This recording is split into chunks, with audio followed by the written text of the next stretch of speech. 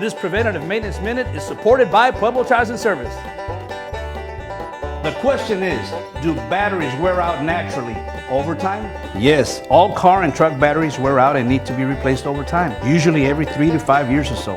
It's a good idea to have older batteries checked so you don't find yourself stranded with a dead battery. If the battery or alternator light stays on after you started the car or comes on while you're driving, the battery could be running down. Have your battery checked as soon as possible. Eventually, all batteries wear out or won't hold a charge and will need to be replaced. However, even a new battery can go dead if the headlights or parking lights are left on. Electrical system problems, such as a faulty alternator, can cause your battery to go dead. Not sure where your battery stands? Stop into any of our 13 locations at Pueblo Tires and we'll check its health free. And at Pueblo, we offer you financing options up to 24 months to pay and no credit needed. That's right.